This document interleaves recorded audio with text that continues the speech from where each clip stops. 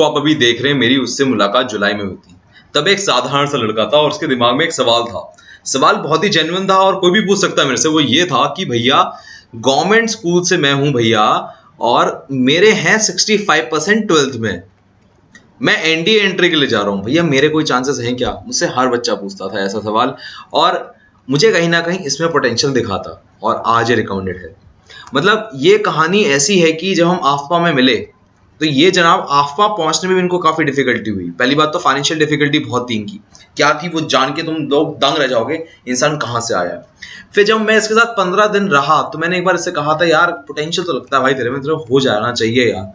और मैंने ये नहीं सोचा था कि इतने कम समय में मेरी मुलाकात इससे हो जाएगी दोबारा और मैं इसका इंटरव्यू ले रहा हूँ। मैंने इसे प्रॉमिस लिया था कि जिस दिन तू रिकमेंड होगा ना, तू मुझे कॉल करेगा, मुझे बताएगा, और मुझे इसका अभी मौका मिल गया बहुत जल्द। एंड थैंक्स टू सुधांशु, यहाँ पर अब मौका मिल चुका है। अब इनकी कहानी के लिए थैंक यू सबसे पहले करना चाहूंगा इन सभी कमांडर ब्रिगेडियर रैंक सभी पीपल का जो एसएसबी में एक्स एसएसआर रहे हैं। इनके बिना ये पॉसिबल नहीं हो पाता। जब ये बोलते हैं ना, जब हम आफ्पा गए थे तो हम सभी को लगता था भाई ये सोना उगल रहे हैं लिटरली। तो हमें हर रोज ऐसा लगता था कि हमारी पर्सनैलिटी में ना इंप्रूवमेंट हो रहा है, क्योंकि आज अगर हम ए हैं तो कल हम A++ बन के जा रहे हैं, ऐसी फील आती थी हमें। और रिसेंटली मतलब मैं अभी बात कर रहा था तो मुझे पता लगा कि 21 रिकमेंडेशन हुए हैं। अगर आप इस लड़की की फोटो देखो ना, ये लड़का यहाँ पर आपको दिख जाएगा, ये देखो ये रहा। और इस ग्रुप में 3-4 और बच्चे भी है। 3 दिन या 2 या 3 दिन में आफ्पा ने 21 रिकमेंडेशन दिए, बहुत बड़ी बात है। So thanks to all these teachers. और अब मुलाकात करते हैं सुधांशु भाई से, इनकी कहानी समझो। और मैं जब समझोगे तो एनडीए रिटन पे जरा फोकस देना, और साथ में एसएसबी पे भी, कि उन्होंने खुद से भी क्या तैयारी की। और हमने पूरी कोशिश की है जो जो आफ्पा में हमने सीखा था वो सब आपके सामने लेकर आए। और अगर मौका मिले तो आफ्पा जाओ, विजिट करो, आपको रोज मुलाकात करने को मौका मिलेगा इन टीचर से। खाते वक्त, सुबह उठते वक्त, एक्सरसाइज करते वक्त, हर वक्त मौका मिलता है। आपको काफी ज्यादा अपनी पर्सनैलिटी को शेप में करने का मौका मिलता है। चलिए मुलाकात करते हैं फिर सुधांशु से। जय हिंद सुधांशु भाई। जय हिंद भैया, जय हिंद। हमारी मुलाकात जुलाई में हुई थी आफ्पा में, और तब मैंने बस इतना कहा था, भाई मुझे लग रहा है तेरा हो जाएगा, पर मैंने वो दिन इमेजिन नहीं करा था कि मतलब तुरंत आ जाएगा 1-1.5 महीने बाद। That's really good यार, congratulations first of all। But तेरी जर्नी बड़ी कमाल है यार। मतलब तेरी जर्नी में कमाल बात ये है कि तूने एनडीए की तैयारी की शुरू के वक्त ये नहीं सोचा था कि शायद एनडीए भी क्लियर हो जाएगा, क्योंकि तू तो ऐसा लड़का है जिसके 12th में 65% आए हैं और जो गवर्नमेंट स्कूल से पढ़ता है जी। और तेरे मोहल्ले में ऐसा क्या, पूरे गांव में ऐसा कोई नहीं है जो फौज में भी जा रहा हो, वो भी ऑफिसर रैंक पे। और किसी ने तेरे गांव में ऐसे बोल दिया बनते लेफ्टिनेंट है पहले रैंक, वह बोल दिया लेफ्टिनेंट कर्नल साहब बने सुधांशु तिवारी। हाँ बिल्कुल भैया, ऐसा बोला उन्होंने। तो बोला मतलब पूरी जानकारी किसी को भी नहीं थी वहां पर, ठीक है। नहीं, ऐसे किसी को नहीं पता, किसी को नहीं पता होता, और तुम्हें खुद विश्वास नहीं हो रहा। थोड़ा अपनी जर्नी खुद से बताओ यार, क्या है, क्या था वो टाइम जब तुमने खुद तैयारी की? हाँ एक्चुअली ये 12th में जब यहाँ गवर्नमेंट स्कूल में पढ़ रहा था, उससे पहले ही एनडीए पता था, हमें दोस्तों ने कुछ बताया था, हमने भी सर्च किया था इसको यूट्यूब पे। बट यूं कॉन्फिडेंस नहीं था कि हम इस लेवल पे हैं तो एनडीए को क्लियर भी कर सकते हैं रिटर्न, तो उतना कॉन्फिडेंस होता नहीं था।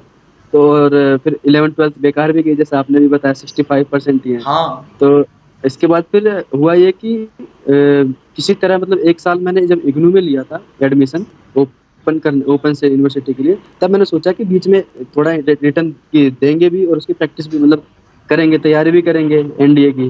बट हुआ नहीं है यार। तो सोच के देख, 65% वाला लड़का है, you are just a 65% hold boy, ठीक है। उसको मतलब एडमिशन तक नहीं मिल रहा होगा कहीं।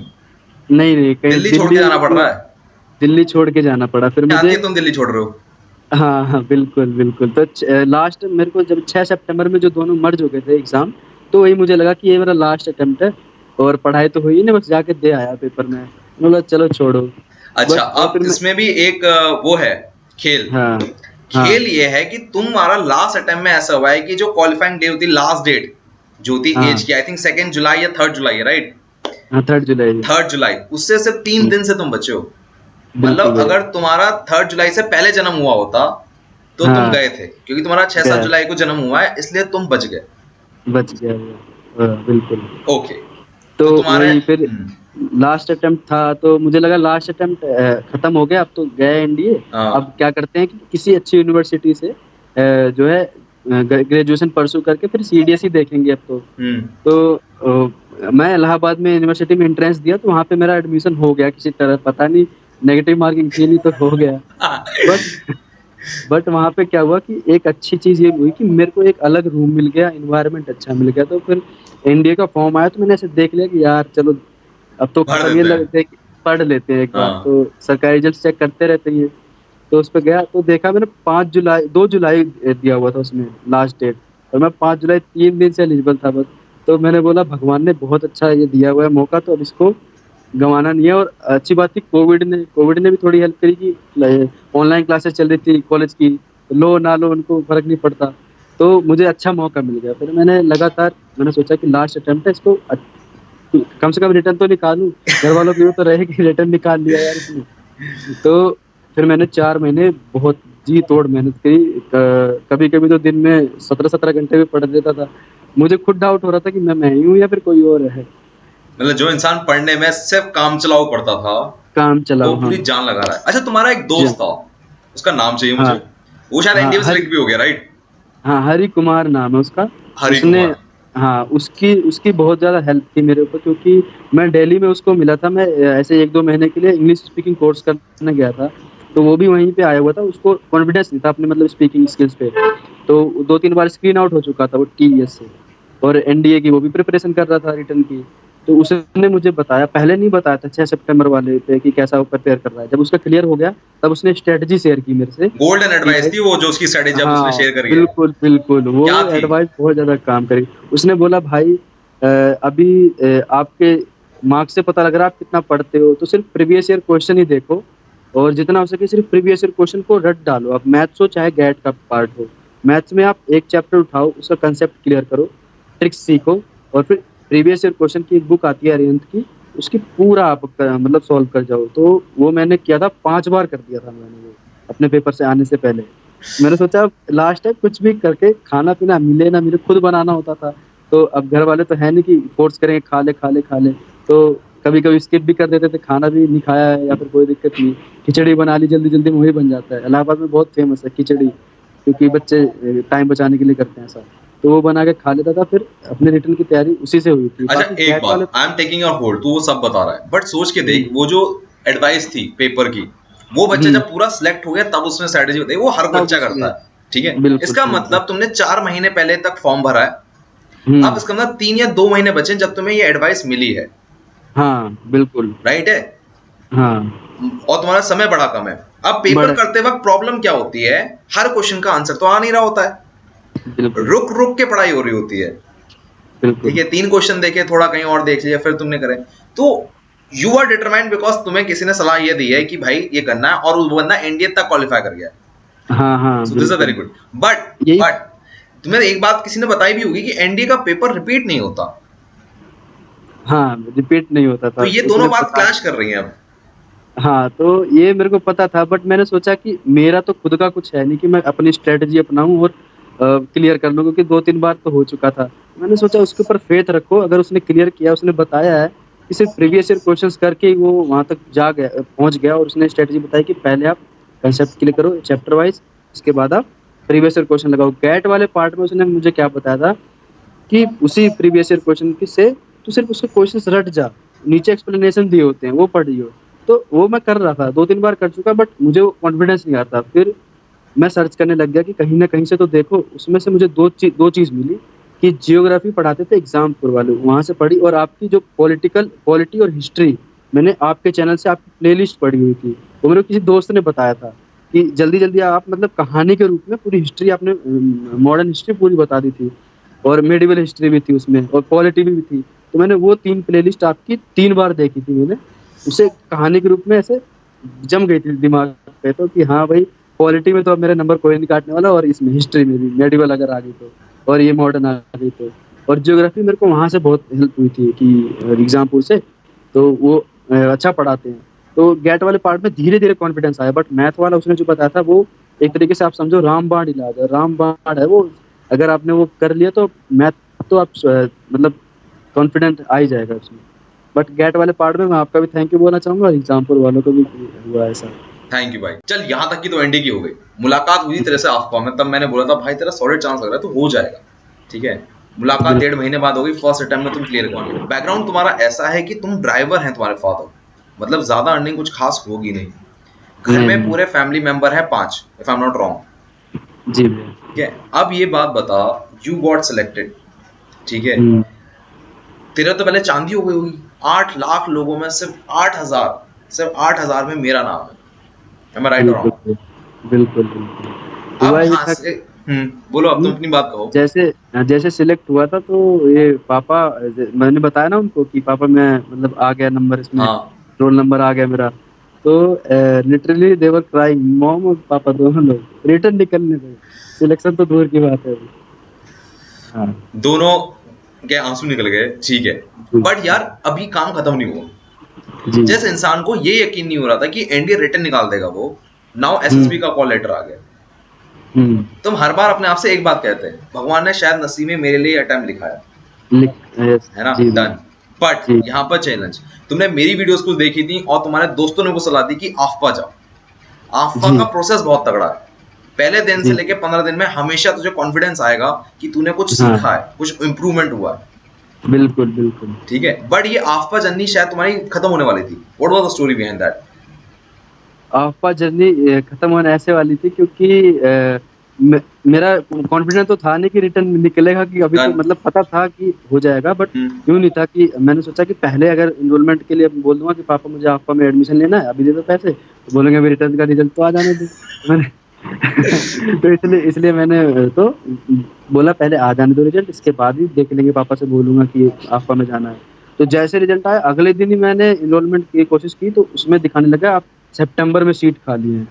तो मैंने बोला खतर लो, ये इतना दूर का। फिर मैंने क्या किया, यूट्यूब पे सर जो डालते थे वीडियोस डालते थे करंट अफेयर्स की वगैरह आफ्पा वाले, उस पे मैं कमेंट करता था, सर प्लीज मुझे एडमिशन दे दो उसमें, सर प्लीज दे दो। मैंने वहाँ पे आपके पास कॉल किया है, तो उन्होंने रिप्लाई किया था उस पे कि ओके हम लोग कंसिडर करेंगे, अगर 19 जुलाई वाले बैच में आपको खाली होगा तो वो कर देंगे।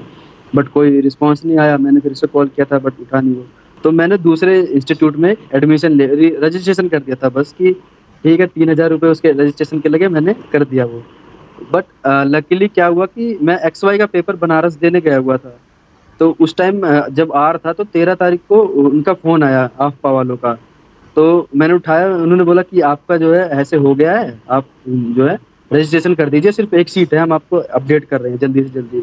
तो मैंने तुरंत कॉल किया, पहले जिस इंस्टीट्यूट पे मैंने दिए थे पैसे कि सर मुझे रिफंड कर वो दो, नहीं मैं होए, यहाँ नहीं आ। वो तो होंगे तो नहीं। उन्होंने साफ-साफ मना कर दिया कि जी नहीं है, वो तो हो गया, अब तो खत्म आपके पैसे। फिर मैंने बोला पापा से बोलूँगा, पापा बोलेंगे पहले तूने वहाँ भी पैसे दे दिए, अब यहाँ भी माँग रहा है। बट मैंने मम्मी से पहले बात की कि मम्मी मैं मेरे को पहले से ही फेथ था कि आफ्पा में जाऊँगा तभी मेरा होगा, नहीं मैंने बहुत पहले से सोचा हुआ है। प्रोसेस तगड़ा, तो ये बात पता लग गई तुम्हारे हाँ, बाद। हाँ, तो मुझे जो है प्लीज़ एक बार मतलब जाना है, अब मैंने जो पहले से सोचा है तो उसको प्लीज़ करने दो। तो मम्मी ने पापा से बात की तो पापा माने भई फिर उन्होंने 3,000 रुपये मेरे बट को यार तुरंत तुम्हारी फैमिली का सच में ये करेज है कि हुँ, मतलब सबको विश्वास कि बच्चा कर लेगा, जिसकी फैमिली की सैलरी बहुत कम है, low class middle lower middle class से आ रहा है, वहां पर अच्छी खासी फी देके तुम गए और you work hmm, very hard. और हुँ, हुँ, अफवाह की चलो वो तो खैर उनकी मजबूरी है, जो भी है। 1 महीने लगता है रजिस्ट्रेशन कराने में, उससे पहले रजिस्ट्रेशन होगा भी नहीं, उनके साथ भी है। बिल्कुल। बट यार एक बात सोच, you do not have any background of arm forces, हुँ, ठीक है, from where you have so many doubts है, मेरे 12th में कम नंबर है, you are asking in the canteen भैया मुझे बात बताओ यार मेरे 12th में कम नंबर है। मैंने जस्ट कहा कि don't worry, just be truthful, सही हो जाएगा, जैसे हैं जो रीजन है वो बिल बताओ, ठीक है। बट यार you got the clarity. Hmm, now see when you get recommended for everyone, you are like a चांद, मतलब स्टार हूं यार मैं तो, सब लोग इंपॉर्टेंस दे रहे हैं, सब लोग उसे भैया बताओ ना बिल्कुल, प्लीज, है ना। बिल्कुल, सो बिल्कुल। Now you looking back, what you like to say, क्या तैयारी करेंगे, तुम्हें पता है जीरो थी मेरे को नॉलेज, अब क्या तैयारी करें? तो हाँ, स्टार्टिंग से ज़ीरो ही नॉलेज थी, वो दोस्तों ने बताया था। फिर जब मैं वहाँ गया अफ़वाह में, तो क्लैरिटी, मैं अपने आप को हमेशा डाउन करता था, बस यही मार्क्स की वज़ह से, अच्छा। हमेशा, कि मैं तो इस लायक बना ही नहीं हूँ। वहाँ पे जो 80-85% पाते हैं वही जाएँगे, मैं इस लायक नहीं हूँ कि मैं वहाँ पे जा भी सकता हूँ। तो मेरे दिमाग में हमेशा यही चीज़ चलती रहती थी, इसलिए मेरी परफ़ॉर्मेंस हर चीज़ में लैग होती थी कि यार 65% है, वो उनको पता लग जाएगा, मेरे को देंगे। तो मैं इंटरव्यूइंग ऑफिसर से भी यही पूछता, वहाँ पे गोवर्धन सर से पूछा था कि सर प्लीज़ आप बता दीजिए। फिर मैं आपसे भी पूछ रहा था कि मतलब जिससे पूछूँ यही, बस यही क्लैरिटी थी। आपसे पूछा तो आपने बताया कि हाँ, आप ट्रुथफुल रहो जितना हो सके। तब मुझे लगा कि ठीक है यार, लास्ट अटेम्प्ट है, अगर मैं झूठ बोलूँगा तो नहीं होने के चांसेस ज़्यादा हैं। सच बोलूँगा, नहीं लेंगे तो क्या होगा, कम से कम ये तो रहेगा मैंने सच बोला, जो भी बोला, कि जो सच है वो बोला। तो एक क्लैरिटी आपकी बातों से मेरे को एकदम 100% आ गई थी कि सच बोलना वहाँ पे। 65 आए हैं तो आए हैं भाई, वो भी तू अपने मेहनत से लेके आया, चाहे जितनी ही हो। तो कुछ भी हो तो फिर ये क्लैरिटी थी। और अगर आपके पास बिल्कुल आर्मी बैकग्राउंड, तो आप जो कह रहे हैं कि मेरे दादा परदादा कोई नहीं था, बताया ही आपको। बट ये मेरे को क्लैरिटी आई इन सब चीज़ आफपा में आने, तभी मैंने आफपा में सोचा था कि वहाँ आऊँगा तो कई सारे आएँगे, ऑफिसर्स के बच्चे भी आएँगे, अलग से आएँगे, तो मुझे एक्सप्लोर करने का मौका मिलेगा, बहुत ज़्यादा जानकारी मिलेगी इस सब चीज़ों के बारे में। और मैं कमांडर लेवल के लोगों से बात करूँगा, वो मेरे को वो गाइडेंस तो एक देंगे। लेवरेज है कि आपका जाते हैं तो कमांडर ब्रिगेडियर रैंक के लोग ही तुम्हारे आसपास ही दिखते हैं और कोई होता नहीं, डायरेक्ट बिल्कुल, कांटेक्ट तुम्हारा उनसे होता है और तुम्हारे बीच में कोई बिल्कुल, गैप नहीं होता। दैट्स एन ऑसम बिल्कुल। बात, वो तो है ही। ठीक है, और हुँ, मुंह से जो निकले हुए शब्द होते हैं वो भी ऐसा लगता है सोना उगल रहे हैं वो। सोना उगल रही है। हाँ, सोना उगल रहे हैं। बट यार एक बात करते हैं, आपका क्या ऐसा लग रहा है अभी ना, एडवर्टाइजमेंट जैसा लग रहा है आपका, क्या मैंने बात कर रहे हैं आपका आपका अच्छा, आपका, अच्छा, अच्छा, है ना? अच्छा, अच्छा। अब हम जरा थोड़ा सॉलिड वे पे चलते हैं, ठीक है? हुँ, आफ्पा ठीक है, बट यार मान ले तू आफ्पा भी गया, तेरी हुँ। प्रिपरेशन खुद की भी तो होगी कुछ। हाँ, बिल्कुल, प्रिपरेशन यहाँ से थी कि सबसे पहले तो जब मेरा रिटर्न निकला तो सबको कॉन्फिडेंस आ गया कि ये रिटर्न निकाल सकता है, तो ये कर ही लेगा थोड़ा बहुत, तो हाँ, सबको इतना लगा। बट सबसे बड़ी होती है कि आपको अगर अपने ऊपर फ़ेथ नहीं है, तो दूसरे करते रहे, आपको कुछ नहीं कर सकते। तो यहाँ पे इससे पहले जब मतलब जब मैं कर रहा था प्रिपरेशन, तो मैंने यही सोचा था रिटर्न निकले भाई, वो तो देख लेंगे यार, कम से कम यूँ तो लोगों से कह पाऊँगा भाई मैंने भी रिटर्न निकाला, एसएसबी देने गया हूँ मैं एक बार। तो ये सिलेक्शन की बात तो दूर है। बट मेरे को फेथ आने लग गया है। मैंने एक बुक पढ़ी थी कहीं से, एक दोस्त ने मेरे को वो दिया था, एक बुक है the monk who sold his Ferrari. तो उसमें लिखा था कि जो आपको बनना है वो विजुअलाइज़ करो आप। हमेशा उसको सोचो कि एक उन्होंने एक्सरसाइज़ बताई थी कि आपको जैसे आपको बहुत बड़ा वो बनना है, मतलब बिज़नेसमैन, तो आप इमेजिन करो कि आप गाड़ी में, बहुत बड़ी लंबी गाड़ी में बैठे हो, पैसे आस-पास से फेंके हुए हैं। तो मैं वही इमेजिन करता था कि मेरे मम्मी-पापा एक दोनों साइड मेरे को वो स्टार लगा रहे हैं आईएमए में। तो मैं जहाँ भी भगवान के सामने जाता, मैं वही इमेजिन करता रहता, तो मुझे कॉन्फिडेंस मिला। विजुअलाइज़ करने से आपको कॉन्फिडेंस आता है धीरे-धीरे, कि तो पॉजिटिव एनर्जी भी आई। तो ये चीज़ स्टार्टिंग थी मेरी यार ये प्रिपरेशन की सबसे बहुत सबसे। अच्छी बात है, बट इसमें ना एक खामी भी, एक अच्छाई भी है। एक तो इमोशनली तुम्हें बहुत स्ट्रांग कर देते हैं, इंटरनल बहुत मोटिवेशन आता है। बट यार तेरे हाँ, साथ हाँ, ऐसा भी हाँ। तो होगा ना, फैंटेसी लेवल में पहुंच गया होगा, फिर ऐसा होगा, हाँ, फिर ऐसा होगा, फिर ऐसा होगा। होता है कि फैंटेसी लेवल पे पहुँच गया, कि वो बचपन में जब ये पढ़ाई-वढ़ाई नहीं करते थे, यही करते थे कि गाड़ियाँ हैं, ये वो। बट इसमें पॉज़िटिविटी ये आई कि मेरा रिटर्न क्लियर हो चुका था उस टाइम। मैंने सोचा यार, अगर मैं सोचता ही रहूँगा ये और पढ़ाई नहीं करूँगा, ये प्रिपरेशन नहीं करूँगा, तो ये तो ऐसे सोच, मतलब एक फैंटेसी बन जाएगी। बट वो पाने के लिए जो अभी मैं बिल्कुल पास में हूँ। अब मेरे पास मौका है असली कि एसएसबी में जाऊँ, क्लियर करूँ मैं। अब एक कदम दूर है बस। मैं जो सपने देख रहा हूँ वो पूरा हो सकता है। पहले की तरह नहीं कि हम आसमान में उड़ रहे हैं, पंख लगे हुए हैं, ऐसा फैंटेसी नहीं है ये रियल हो सकती है। तो इसको पहला प्रिपरेशन मेरी यहाँ से हुई कि विजुअलाइज़ की मैंने चीज़ों को। फिर मैंने यूट्यूब पे वीडियोज़ तो बहुत सारी आती है, देखा ही है। और वहाँ से फिर मैंने प्रोसेस देखा कि होता क्या-क्या है एसएसबी में, पहले दिन कैसे करते हैं, ये वो। सबसे बड़ा डर मुझे स्क्रीनिंग का लगता था स्टार्टिंग से ही। मेरी स्टार्टिंग ऐसा लगता था कि पहले दिन ही बाहर हो गए, खत्म। पहले दिन ही सारी जर्नी खत्म। अरे यार ये सबसे बड़ा डर होता है, या मैं इतनी तैयारी करके जा रहा हूँ, सब करके जा रहा हूँ, अगर पहले दिन नहीं हुआ कुछ, तो ये खत्म, सारी तैयारी सब कुछ बाहर। बाहर, और होता क्या बिल्कुल। है, जब हम लोअर मिडिल क्लास से होते हैं, कि मैं उसी ब्लॉक से आया था, तो मुझे हमेशा लगता था यार मैंने, मेरे माँ बाप ने इतने पैसे खर्च किए, सब किए, जूते लिए मैंने, शर्ट लिए, सब बर्बाद भाई, कुछ कुछ फायदा नहीं है सब उसका। सब बर्बाद। वो पापा रोज़ फ़ोन करते, "बेटा पैसों की टेंशन मत लेना।" उनको पता था कि मिडिल क्लास वालों को सबसे ज़्यादा पैसों की दिक्कत। हाँ पैसे की यार। टेंशन मत लो, जितना कहोगे उतना देंगे, तुम टेंशन मत लो, जो अपनी प्रिपरेशन करो। मम्मी फ़ोन करती थी, पापा पीछे से आवाज़ आती रहती थी, "अरे उसको डिस्टर्ब मत करो, पढ़ रहा होगा।" डिस्टर्ब मत करो, यार पढ़ रहा सोच होगा। यार तो सोच के देख, हम लोअर मिडिल क्लास से होते हैं, बट हमारे पेरेंट्स हमेशा ऐसा कहते हैं पैसे की टेंशन मत ले। पता है हाँ, पैसे की टेंशन है, घर में पता है हाँ, सबको, हाँ। हमको भी पता है इससे फिर। हमको भी पता है, बट वो बोलेंगे कि पैसे की टेंशन मत लियो, खाना-पीना अच्छे से खाइयो, और वहाँ पे जाएगा तो तू दिखना चाहिए कि हाँ, मतलब ऐसे नहीं कि गरीब फैमिली से आया, वहाँ दिखना चाहिए, कोई पहचान ना पाए कि तू ऑफ़िसर नहीं है वहाँ पे। और हाँ, तो ये चीज़ सपोर्ट मेरे को स्टार्टिंग से मिलता रहा पापा से कि कोई नहीं, पैसे हैं, तू उसकी टेंशन मत ले, जो चाहिए। बट मेरा पहले से नेचर था कि जो चीज़ चाहिए वही रखता था, कोई एक्स्ट्रा माँगा ही नहीं कभी पापा-वापा से। तो ये चीज़ थी बचपन से ही। तो स्क्रीनिंग का डर सबसे स्टार्टिंग में लगता रहा कि यार इतना सब पापा कर रहे हैं, मम्मी सब लोग सपना देख रही है कि अब तो मेरा बाबू अफ़सर बन गया है, ऐसे-वैसे। तो पहले दिन बाहर हो गए। अच्छा, हम लोग अभी ऑफिसर अपने आप को ढंग से इमेजिन नहीं कर पा रहे हैं, माँ बाप ने मैं हमें रिटर्न क्वालिफाई करते ही इमेजिन कर लिया है अब तुम्हारा हाँ बच्चा ऑफिसर बिल्कुल बनेगा। बिल्कुल। अरे गांव में सब कह रहे हैं कि बेटा आपको कैप्टन बन के आओगे तभी मुलाकात होगी, तभी फोटो खींचेंगे, ऐसे वैसे सब कह रहे हैं। बट ये कोई नहीं कह, अब हमारे ऊपर जो बीत रही है वो तो हम जानते हैं हम कि जानते हैं बिल्कुल, अभी हमें कुछ नहीं दिख रहा जैसे है, we are in that position हाँ की तैयारी कैसे होगी हमें कुछ समझ नहीं आ हाँ, रहा है। ठीक है, पापा जैसे ही बोलते हैं कि आपका हो जाएगा, तुरंत स्क्रीनिंग का डर आता है, ओहो अभी तो पहला भी नहीं इनको तो समझ नहीं आ रहा है स्क्रीनिंग क्या चीज है। बट भाई आप स्क्रीनिंग पर आते हैं, यू है। Work very confident, you do not hmm, any kind of pressure कि मैं स्क्रीन आउट हो गया तो क्या।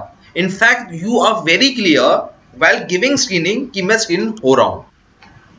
हाँ ये हुआ था मेरे साथ कि उससे पहले मैंने इतना सोच लिया था कि यार इतना तो हूँ मैं कि स्क्रीनिंग तो हो ही जाऊंगा। हम्म। इससे पहले जब तक स्क्रीनिंग नहीं दी थी तब तक मुझे लगता था कि स्क्रीनिंग इज द मतलब सबसे टफेस्ट पार्ट है एसएसबी का। बट जब मैंने दे दिया तो स्क्रीनिंग सबसे इजीएस्ट पार्ट लगा मुझे, सबसे ज्यादा इजी स्क्रीनिंग होना ही है। सी आई नो कि वो एक आफ्का का एक बहुत बड़ा रोल होता है कि वो 6 से 7 बार कराते हैं, आखिरी दिन तक हाँ पीपीनीटी चलता रहता है और सारे ऑफिसर बिल, बैठे होते हैं वहां पर bill, actual SSB bill, form में। बिल्कुल बट बिल्कुल। What you learn from there, 6 से 7 बार स्क्रीनिंग का मतलब आफ्का में होने का मतलब 6 से 7 बार एसएसबी दिया है तुम, रोज हाँ एसएसबी हो रही है, मतलब it's like a video game. तुम आज फेल हुए कोई बात नहीं, कल अच्छा मतलब सीख के दोबारा करना। But what you hmm, learn over there, ऐसा क्या कॉन्फिडेंस आ गया। हाँ ये हुआ था। पहले कॉन्फिडेंस बिल्कुल भी नहीं था, मैं हाँ गया बोल मैं भी नहीं पाते थे, तुम्हारा ग्रुप तो हाँ ऐसा ही हाँ था कि क्या कहते हैं, 2 मिनट चढ़ रहा है सब पर, ओ ऐसा ग्रुप था हाँ तुम्हारा। कौवे बिल्ली की तरह काटने हाँ भागते थे वो कौवे तो। वाले वाला काटने वाला ग्रुप था तुम्हारा, आई रिमेम्बर दैट। हाँ बिल्कुल बिल्कुल। और उसमें मैं लास्ट टेंथ पोजीशन पे था। और होता क्या ना भैया, अगर आप लास्ट वाले पे पोजीशन पे हो और सबने अपनी अपनी स्टोरी बोल दी, आप अपनी भूल जाओगे फिर, इतने उससे नर्वस हो जाता था मैं। तो पैर वैर कांपने लग जाते थे। हम्म। बट धीरे धीरे जब पता लगा कि यार ऐसे नहीं काम चलेगा, वो रोज मेरे को आके बोलते नटराजन सर कि मतलब इंडिविजुअल जब बताते थे कि आपने परफॉर्मेंस कैसे की, generally not on the right line, participated but not effectively, यही यही हाय सुन हाय के हाय, हाँ बड़ा कमांडर दुख। साहब बोल देना, कमांडर नटराजन साहब बोल रहे हैं you our journey on the not the right line, टूट गए भाई हाँ तुम अंदर से कहीं ना कहीं थोड़ा ब- लगता है। बट एक बिल्कुल अच्छी बात ये बिल्कुल। है कि वो एकदम सच बताते हैं तुम्हें इम्प्रूव क्या करना है। अच्छा जैसे ही बिल्कुल तुम अच्छा परफॉर्म करने लगते हो तो बोलना बंद कर देते हैं, नाम ही स्किप कर हाँ, देते हैं बोलना कि नाम स्किप कर देते हैं। का नहीं बोला वो क्लियर है, कैसा करा है वो बिल्कुल छोड़ो। हाँ हाँ, मैं यही सोच रहा था कि प्लीज यार इस बार मेरा टेस्ट नंबर ना बोले भाई। मैं क्योंकि कितना उस ग्रुप में आप कितना ही बोल लो, चिल्ला लो, कितना भी कर लो, आप नहीं आ सकते, पार्टिसिपेटेड नॉट इफेक्टिवली आएगा कि बहुत ज्यादा बोलने वाले बच्चे थे उसमें। बट यार भाई अब तेरी पोजीशन दे, चेस्ट नंबर 10 था तेरा, या तो हम्म। चेस्ट नंबर 10 सेंटर में आएगा क्योंकि 20 बच्चों का ग्रुप होता है, या हाँ तो सेंटर में आएगा या कोने में आएगा। हाँ कोने में आया तो तेरी आवाज कोने दूसरे कोने तक नहीं पहुंचेगी, बीच में हाँ, आया तो जीडी में तुझे लोग घेर देंगे, तू तेरे को दिखेगा भी नहीं। देखूंगा भी नहीं ठीक है ना, बिल्कुल। ये अभी बट पिक्चर से देख पा रहे हैं, इनको क्लियरिटी अब समझ में आ गई होगी, मैंने इनको फोटो दिखा दिया हाँ है। बट हाँ। अब मुझे ये बात बता, तेरी सबसे बड़ी problem from the very first GD is बोल नहीं पा रहा है, और वहीं स्क्रीनिंग में बोल नहीं कॉन्फिडेंस आ रहा है कि मेरा तो हो गया। समझा इस बात को हाँ। मेरे को। पहले वाले जब उसमें हुआ था हमारा जीडी हुआ था जब मतलब पीपीडीटी के लिए, तो अशोक सर ने आके मेरे को पर्सनली बोला था चेस्ट नंबर 10 तुम इतना एंग्जाइटी में हो, इतने एंग्जाइटी में हो कि तुम मतलब पहले दिन आप अगर ऐसे करते रहोगे, अगर यही चीज कंटिन्यू रही तो आप पहले दिन ही बाहर हो जाओगे, आपका यहाँ आने का कुछ मतलब नहीं है।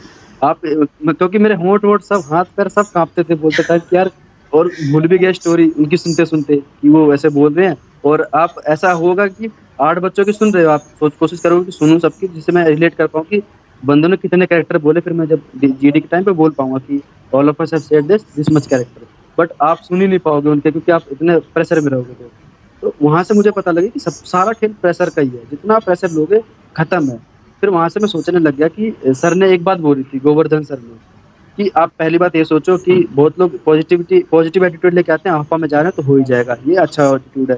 दूसरी बात ये सोचो कि आप कितने लकी हो, एसएसबी देने जाने का मौका मिल रहा है। कई बंदे ऐसे कि सपना ही बन गया, रिटर्न निकालने का सपना बन गया, आप एसएसबी देने जा रहे हो तो इसमें डरने की क्या बात। तो ये चीज अगले पार्ट में मेरे को बहुत हेल्प करी उसमें। तो धीरे धीरे, और जब आप कह रहे हो बिल्कुल कोने में रहोगे तो खत्म। बीच में मैं था 3 बार बीच में था, 3 बार कोने में था, तो तीनों बार मेरा generally on the right line आया। आखिरी में तीनों बार मैं इसमें था।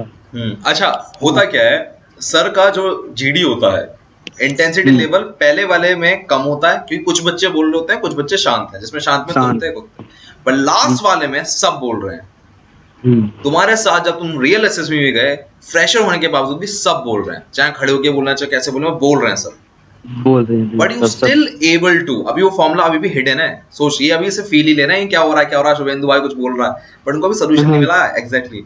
ठीक है, वो तुम अच्छा, क्या समझ गए, तुमने बोला तो मुझे एक लाइन याद आ रही है, उसको एक्सप्लेन करना। जब बोलते हैं तो सब एक साथ बोलते हैं और शांत होते हैं तो सब एक साथ शांत होते हैं, ये हाँ, ये क्या है चीज लाइन, है। जरा एक्सप्लेन करो मुझे। हाँ, ये चीज स्टार्ट, जैसे आप कॉन्फिडेंस, तो आप कह रहे हो कि क्या कॉन्फिडेंस आया कि आपको लगा बोलती हो जाएगा, हाँ तो वहाँ पे सबसे बड़ा फॉर्मूला ये होता है कि जिस जिस मोमेंट पे आपको अपनी स्टोरी पे कॉन्फिडेंस आ गया कि आपने अच्छी स्टोरी लिख दी है, तो आप नरेशन ऑटोमेटिकली अच्छा जाने वाला है। और नरेशन अच्छा गया तो फिर जीडी में क्या है, आपके पास पॉइंट्स बहुत सारे रहेंगे अपनी स्टोरी के रिलेटेड। और एक चीज और थी कि फ्रेशर में सब लोग बोलते हैं, एक मिथ है कि कम बोलते हैं, किस मार्केट नहीं बनती। वो खड़े होके वो चिल्लाएंगे आपके ऊपर, मतलब आपको ऐसा लगेगा खा जाएंगे शेर की तरह वो। बट ये होता है कि एक ही साथ खड़े बोलते हैं, एक ही साथ चुप हो जाते हुए। ये मुझे पता था, ये सर ने बताया था, हसन सर ने बताया था ये बताया था, चीज। हाँ आई रिमेम्बर दैट। हम्म, कि ठीक है, तू वहां पे अगर अगर ना अपना पॉइंट बोल रहा है मान ले, और तेरे बोलते बोलते किसी और ने भी बोल दिया, तो उसका पॉइंट कटेगा, तेरा नहीं। बट अगर तू भी चुप हो गया उसके बोलने पे, तो तेरा भी कट जाएगा। तुझे क्या बोलना है, जेंटलमैन, पोलाइटली, कि gentleman I haven't completed my point yet, please let me complete my point. इसके बाद अपना बोल। फिर भी बोलता है तो चुप हो जा भाई, तो उसका हाँ पॉइंट कट बट गया अभी ये तुम्हारा। बड़े कंफ्यूज हैं, तू तो फ्रेशर है, उनको लग रहा है ये एडवांटेज ले गया, कोई कुछ हुआ है नहीं, इसके साथ ऐसा कुछ नहीं बता। शिवेंद्र भाई ढंग से बताओ, क्या तुझे हम्म, आधे सेकंड का भी गैप ढंग से मिल रहा था रियल एसएसबी में? नहीं नहीं, बिल्कुल भी नहीं भैया, बिल्कुल वो तो फिर ये जो कंटिन्यूअसली तुमने बोलते बात रहे। कही है पॉसिबल कैसे है? ये हुआ कॉन्ट्रडिक्ट हो गई ऐसे इनके कि लिए दिमाग में। हाँ हाँ बिल्कुल, ये एक बार भी नहीं हुआ। बट कहाँ, एक एक टाइम ऐसा आता है कि जब चार, मतलब एक साथ बोल रहे होते 10-12 बच्चे, और एक टाइम ऐसा आता है 3 ही 4 बोल रहे होंगे, तो उन 3-4 को आप अपनी तेज आवाज बोल के, थोड़ा तेज बोल के, तब आप वो उसमें यस। कर दो। अब यहाँ पर भाई ने दो बातें अलग अलग टाइम पे बोलती है, तो मैं जरा क्लेरिफाई करता हूँ। तेज बोलना है पर पोलाइट रहना है, अगर पोलाइट रहना, चिल्लाना हाँ। लगा एग्रेसिवनेस खत्म, दी एंड। खत्म खत्म, होता बिल्कुल क्या है, बिल्कुल। डर बहुत लग रहा होता है भाई, मेरा मौका आएगा कि नहीं आएगा, बोलने का नहीं आएगा, उस चक्कर में एग्रेसिवनेस आ जाती है। आई बिल्कुल हैड अ बिल्कुल। Screen problem like him, but ये बात मुझे समझ में आ गई थी, और जब आफ्पा गया मैं इसके साथ, भाई के साथ, तो 200% क्लियर हो गया, हम दोनों साथ ही थे तो हमें ज्यादा क्लियरिटी आ गई थी। ग्रेट, यहाँ तक हो गई बात स्क्रीनिंग की। हम्म, फिर अगेन कहानी आ गई, लगता है भगवान मेरे साथ ही हैं और सब कुछ मेरे लिए ही बिल, चाहते हैं वो, ठीक है ना। बिल्कुल इंडिया रिटर्न बिल्कुल। निकल गया, पहले तो डेट मिल गई एग्जाम देने की जो हाँ, 3 दिन से बच गया, रिटर्न 3 निकल दिन गया, से। स्क्रीनिंग निकल गया। सेकेंड डे हाँ, मामा आपको फोन किया? फोन तो नहीं किया था उन्होंने। पहले तो फोन ले लिया कि नहीं है, फोन नहीं है। आप शाम को, बेंगलुरु में क्या होता है, कैफेटेरिया है वहाँ पे, आप फोन वहाँ से लीजिए, वो 1 रुपये पर मिनट होता है, उसको कॉल करके बता दो। फिर तो बट उन्होंने बाद में क्या किया कि ठीक है, बच्चों को 5 मिनट के लिए फोन दे दो, वो मैसेज कर देंगे।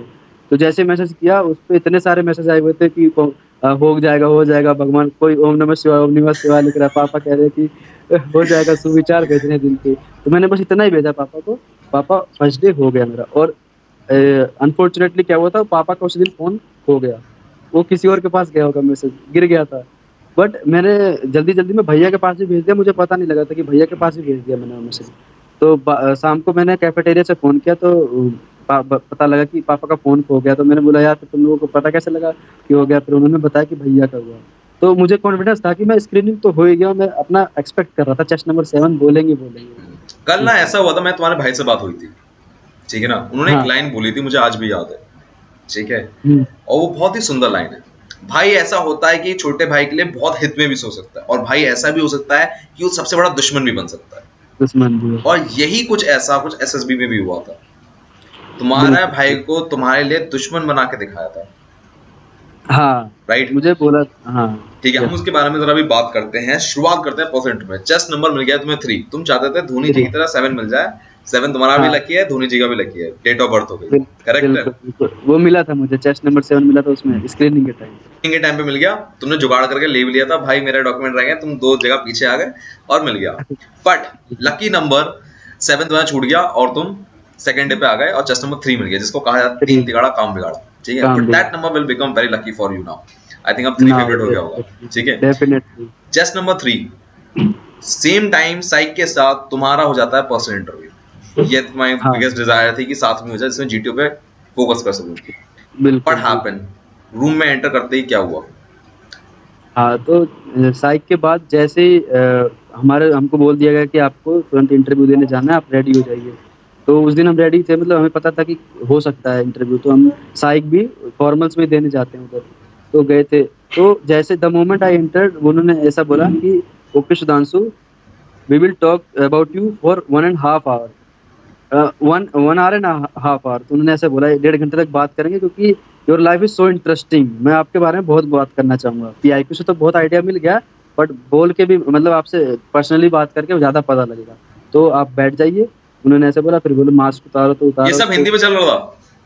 हाँ, पहले स्टार्टिंग में हिंदी में बोला उन्होंने, अच्छा। आते ही तिवारी जी बोला था उन्होंने अच्छा। actually, आइए आइए तिवारी जी, और हाँ, आपकी मतलब लाइफ तो बहुत इंटरेस्टिंग है। हाँ पीआईक्यू से मुझे बहुत फेयरली आइडिया मिल चुका है, बट हाँ 1.5 घंटे हम आपके बारे में बात करेंगे। ठीक है, डन। तो उधर मैं बैठा हूँ, बट फिर इसके बाद इंग्लिश कंटिन्यू रही, फिर हिंदी में कुछ भी नहीं बोला था उन्होंने। भाई शुभेंदु तो एक बात बता, इंग्लिश स्पीकिंग का तू कोर्स तूने किया है, चल अब तो आफ्पा में आ गया तो बात अलग है, आफ्पा में इंग्लिश स्पीकिंग का कोर्स आ गया, बट तेरी इंग्लिश ठीक नहीं होगी यार।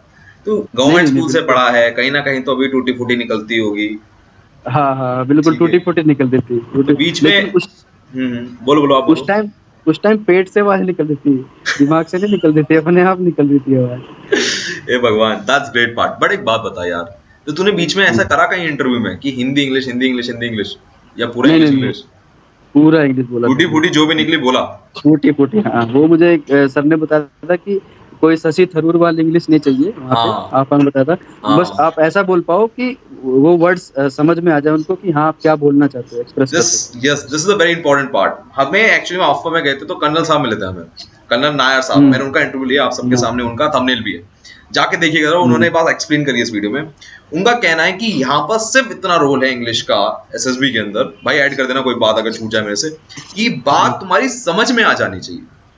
क्योंकि बिल्कुल, अंग्रेजी तो वो जानते हैं, माँ धाड़ करके सीनियर सिखाई देंगे तुम्हें, बिल्कुल। एनडीए या ओटीए आई में जहां भी तुम जाओगे, पर अपनी बात कहनी आनी चाहिए। ठीक है, हाँ, भाई ने चलो हिंदी में नहीं बोला, बट आप थोड़ा बहुत हिंदी में कर सकते हो, देयर इज नो ऐसा कुछ हार्ड एंड फास्ट रूल नहीं हाँ, होता, बस समझ हाँ। में आनी चाहिए। मेरे साथ एक था, मेरा दोस्त जो रिकमेंड हुआ साथ में, उसने कई बार ऐसे, मतलब जीडी पार्ट में भी इंग्लिश हिंदी में स्विच करके, बट तुरंत इंग्लिश पे आता था वो, तो हिंदी में बोल रहा था, रिकमेंड बिल्कुल, हुआ वो। कई लोगों के साथ ऐसा होता है, इंग्लिश समझ में आ रही है बट इंग्लिश बोलने के टाइम में नहीं आ रही, तो हिंदी में रिप्लाई कर हाँ, दो। ऑफिसर को समझ में आ रहा है कि इसको अंग्रेजी आती है, बट मुंह से शब्द हाँ। नहीं निकल रहे हैं, कोई बात नहीं, that's a very great part. ठीक है, टूटी फूटी इंग्लिश के साथ तुमने स्टार्ट किया। ठीक है, नेक्स्ट बहुत तुम्हारा रैपिड फायर हुआ होगा, जिसे सीआईक्यू भी बोलते हैं, राइट? हाँ, रैपिड फायर हुआ। वो पहले एजुकेशन के बारे में पूछा, हाँ तो हाँ, उन्होंने, मतलब उनको हमेशा से फोकस वाले पार्ट पे तो था ही, तो उन्होंने स्टार्टिंग में पहले सीआईक्यू पूछा, तो एजुकेशन वाले पे बाद में वो वाला क्वेश्चन पूछा कि इतने मार्क्स तुम्हारे कम क्यों है भाई, मार्क्स आर सो 65% ट्वेल्थ। डेक्लाइनिंग। हाँ, मतलब ओवरऑल 20% का गैप है, ऐसा क्यों? हाँ तो फिर यहाँ से मेरा पार्ट हुआ, फिर मैंने एक वहाँ पे पता लगा था आपका में, और खुद भी ऐसे सोचा था कि रिस्पॉन्सिबिलिटी खुद लेनी है, कभी भी रिस्पॉन्सिबिलिटी किसी और को नहीं देनी, और खुद लेनी, क्योंकि eight the end of the day आप ही अपने चीज़ों के मतलब रिस्पॉन्सिबल हो। तो मैंने पहले लिया कि सर मैंने पढ़ाई नहीं की, बिल्कुल भी नहीं पढ़ाई की 11वीं 12वीं में, क्योंकि मैं इतने 65 लाख तो बिल्कुल नहीं हूँ मैं, अगर पढ़ता तो मैं इससे ज़्यादा ही लेके आता। बट बाद में जो सच्चाई भी थी वो भी बताई मैंने, कि जो मेरा स्कूल था, गवर्नमेंट स्कूल था, वो पहली बार शुरू हुआ था 11वीं 12वीं, और गाइड करने वाला भी कोई नहीं था। तो लेकिन मैंने उस स्कूल में एडमिशन इसलिए लिया कि स्विमिंग पूल था उसमें, कि रोज नहाने को मिल जाएगा उसमें। गवर्नमेंट स्कूल है, आम आदमी पार्टी ने हाँ, बनाया, वो है उसमें वहाँ पे। ठीक है। हाँ, स्विमिंग पूल है, रोज नहाने को, तो इसी वजह से ले लिया। कहाँ हाँ, पता था कि ये सब, बट बाद में पता लगी टीचर्स की कितनी ज्यादा वो होती है, कल जरूरत हाँ होती है। न्यूज में भी आया था कि गेस्ट लेक्चर ला रहे हैं और ढंग से पढ़ाई नहीं हो रही, बच्चों का भी आया था, मैं हाँ, याद आ रहा मुझे। हाँ तो बिल्कुल, बिल्कुल। तो गेस्ट टीचर आते थे, वो 15 दिन के लिए आते थे, एक टॉपिक उठाते थे, ट्रिगोनोमेट्री तो पढ़ा के चले गए। तो हाँ। सारे टीचर ऐसे आते थे, वो कहते थे कि मैं अपने तरीके से पढ़ाऊंगा, तुम मेरा तरीका से ज्यादा अच्छे से समझ हर टीचर टेक्नोमेट्री पढ़ा के निकल जाता था। निकल जाता था। ट्रिगो तो हो गई बहुत स्ट्रांग, और बाकी चैप्टर ऐसे चले गए नीचे। पर भाई तुझे ये बात लगी नहीं, खटी नहीं, कहीं ऐसा तो नहीं यार मैं एक्सक्यूज दे रहा हूँ? हाँ, ऐसा लगा था स्टार्टिंग में, मैंने बोला, लेकिन बाद में मैंने अपने आप क्लैरिटी इससे दी कि मैं किसी को ब्लेम नहीं कर रहा हूँ। जब टीचर है ही नहीं वहाँ पे, तो ब्लेम किसको करना है? अनअवेलेबिलिटी है ना टीचर्स की। तो मैं वहाँ पे ये सिस्टम की कमी हो सकती है इसमें, बट बाद में मैंने यूँ भी बोला कि सर मैं बैलेंस कर सकता था चीज़ों को। मैं जो टाइम मैंने ज़्यादा स्पेंड किया दोस्तों के साथ, या फिर खेलने में, कबड्डी खेलता था मैं, तो ये मैं बैलेंस कर सकता था, खेल को, दोस्तों को और पढ़ाई को। तो मेरे 80-85 तो आ ही जाते इसमें।